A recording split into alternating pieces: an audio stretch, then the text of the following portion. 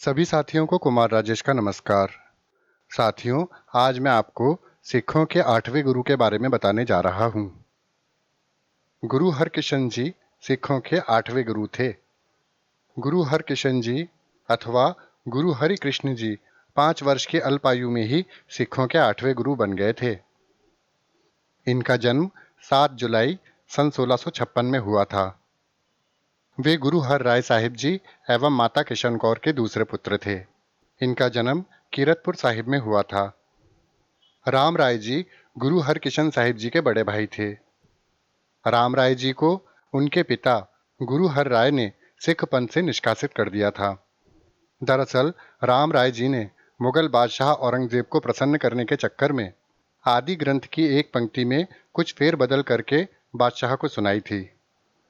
उनके पिता गुरु हर राय जी को यह बात बिल्कुल भी पसंद नहीं आई। राम राय जी को उनके गुरु घर विरोधी क्रियाकलापों एवं मुगल सल्तनत के पक्ष में खड़े होने की वजह से सिख पंथ से निष्कासित कर दिया गया था। 5 वर्ष की अल्पायु में ही गुरु हरकिशन साहिब जी को गुरु पद प्रदान किया गया। गुरु हर राय जी ने सन 1661 में गुरु हरकिशन जी को अष्टम गुरु के रूप में स्थापित किया। हरकिशन साहिब के बड़े भाई राम राय जी इस बात से रुष्ट हो गए और उन्होंने औरंगजेब से इस बात की शिकायत की।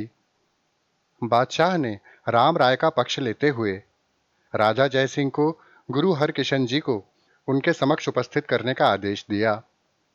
राजा जयसिंह ने अपना संदेशवाहक कीरतपुर भेजकर गुरु जी को दिल्ली लाने का आदेश दिया। पहले तो गुरु साहिब ने अनिच्छा जाहिर की, परंतु उनके गुरु सिखों एवं राजा जयसिंह के बार बार आग्रह करने पर वो दिल्ली जाने के लिए तैयार हो गए। देखने में तो हरकिशन साहब जी छोटे से बालक ही लगते थे, मगर वे थे बड़े विद्वान। उनका गीता ज्ञान सुनकर अच्छे अच्छे ब्राह्मण लोग शर्मिंदा हो जाते थे। जब गुरुजी दिल्ली चले, तब पंजाब के सभी सामाजिक समूहों ने आकर गुरु साहिब को विदाई दी। उन्होंने गुरु साहिब को अंबाला के निकट पंजोखरा गांव तक छोड़ा। इस स्थान पर गुरु साहिब ने लोगों को अपने घर वापस जाने का आदेश दिया। गुरु साहिब अपने परिवारजनों और कुछ सिखों को साथ लेकर दिल्ली के लिए रवाना हुए।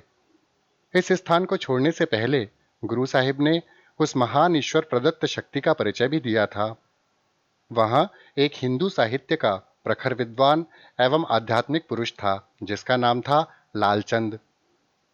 इतने छोटे से बालक को गुरु पद दिए जाने की बात से वह विचलित था। लालचंद ने गुरु साहिब की परीक्षा करने का विचार किया। गुरु साहिब की सामर्थ्य पर शंका करते हुए लालचंद ने गुरु साहिब को गीता के श्लोकों का अर्थ करने की चुनौती दी। गुरु साहिब जी ने चुनौती स्वीकार कर ली। लालचंद अपने साथ एक गूंगे बहरे निशक्त और अनपढ़ व्यक्ति छज्जू झीवर को लेकर आया, जो कि पानी लाने का काम करता था। गुरुजी लालचंद की मंशा समझ गए।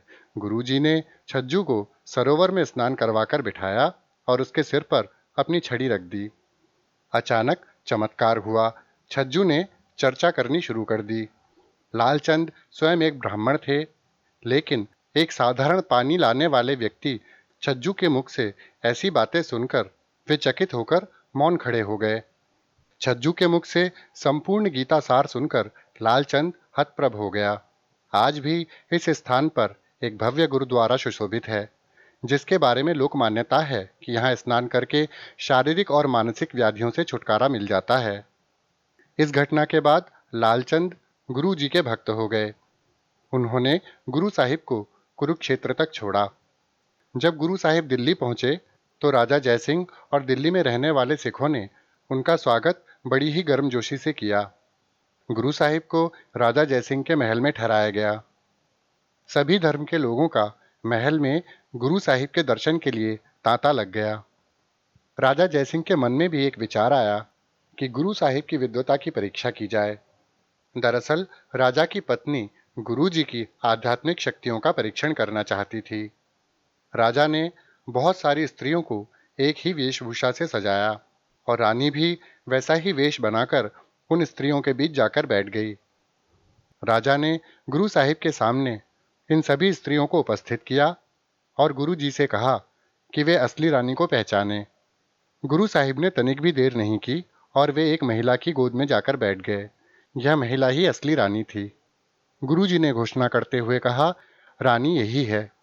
अब राजा और रानी को गुरुजी की शक्तियों का विश्वास हो गया। सिख इतिहास में गुरुजी की बौद्धिक क्षमता को लेकर ऐसी ही अनेक साखियां प्रचलित हैं। बहुत ही कम समय में गुरु हरकिशन साहिब जी ने सामान्य जनता के साथ अपने मित्रतापूर्ण व्यवहार से राजधानी में लोगों से लोकप्रियता हासिल कर ली। इसी दौरान दिल्ली में हैजा और छोटी माता जैसी बीमारियों का प्रकोप महामारी लेकर आया। मुगल सल्तनत जनता के प्रति असंवेदनशील थी। जात पात एवं ऊंच नीच को दरकिनार करते हुए गुरु साहिब ने सभी भारतीय जनों की सेवा का अभियान चलाया। खासकर दिल्ली में रहने वाले मुस्लिम उनकी इस मानवता की सेवा से बहुत प्रभावित हुए और वो उन्हें बाला पीर कहकर पुकारने लगे। चेचक की बीमारी घातक रूप से फैल गई थी। लोग गुरु जी के पास आश्रय और सुरक्षा के लिए आते थे। गुरु हरकिशन जी उन्हें खुद को ठीक करने के लिए बंगले के कुएं में स्नान करने को कहते थे। जो कोई भी वहां स्नान करता था वो ठीक हो जाता था। जन भावना एवं परिस्थितियों को देखते हुए औरंगजेब भी गुरु जी को नहीं छेड़ सका।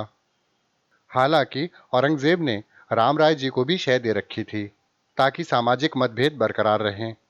दिन रात महामारी से ग्रस्त लोगों की सेवा करते करते गुरु साहिब अपने आप भी तेज बुखार से पीड़ित हो गए। छोटी माता के अचानक प्रकोप ने उन्हें कई दिनों तक बिस्तर से बांध दिया। जब उनकी हालत ज्यादा गंभीर हो गई तो उन्होंने अपनी माता को अपने पास बुलाया और उनसे कहा कि उनका अंत अब निकट है। गुरुजी से उनके उत्तराधिकारी के बारे में पूछा गया तो उन्होंने सिर्फ इतना ही कहा, बाबा बकाले। उनका यह कहने का अर्थ था कि उनका उत्तराधिकारी बकाला गांव में ढूंढा जाए।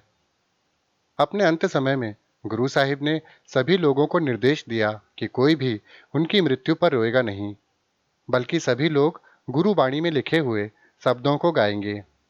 इस प्रकार 30 मार्च सन 1664 को धीरे से वाहे गुरु शब्द का उच्चारण करते हुए गुरु हरकिशन जी ज्योति ज्योत समा गए। गुरु जी 3 वर्षों तक गुरु रहे और इस दौरान अपनी विद्वता का परिचय देते हुए उन्होंने अनेक चमत्कार भी दिखलाए। 10वें गुरु गोविंद साहिब जी ने अपनी श्रद्धांजलि देते हुए अरदास में अर्ज किया कि श्री हर किशन धियाइये जिस दिट्ठे सब दुख जाए, अर्थात इनके नाम के स्मरण मात्र से ही सारे दुख दूर हो जाते हैं। दिल्ली में जिस आवास में गुरुजी रहा करते थे, आज वहाँ एक बहुत सुंदर ऐतिहासिक गुरुद्वारा है जिसे सब श्री बंगला साहिब गुरुद्वारा के नाम से जानते हैं।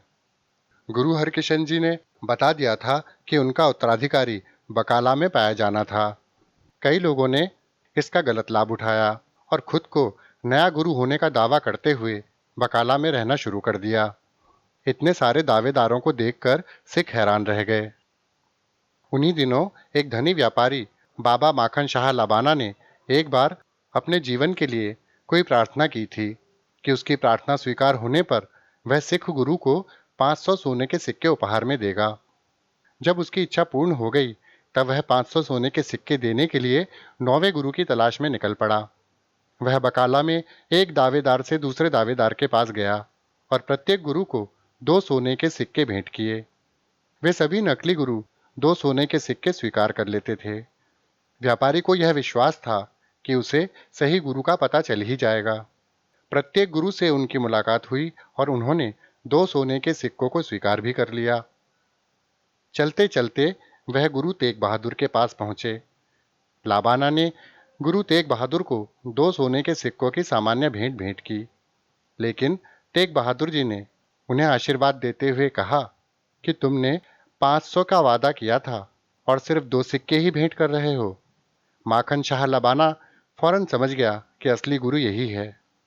वह तुरंत छत की ओर भागे और छत से चिल्लाने लगे, मुझे गुरु मिल गया है, मुझे गुरु मिल गया है। एक सिख संगत बकाला पहुंची और तेग बहादुर को सिखों के 9वें गुरु के रूप में मान्यता प्रदान की गई। उनका अभिषेक किया गया। गुरु तेग बहादुर जी छठे गुरु हरगोविंद जी के 5वें पुत्र थे। इस तरह 8वें गुरु हरकिशन जी ने अपने अंतिम समय में 9वें गुरु की तरफ इशारा कर दिया था। तो साथियों, आठवें गुरु हरकिशन जी के बारे में यह जानकारी आपको अवश्य अच्छी लगी होगी। इसी के साथ अपने मित्र कुमार राजेश को विदा दीजिए। नमस्कार। आप हमारा चैनल इसी तरह से देखते रहिए और हमारा हौसला बढ़ाते रहिए।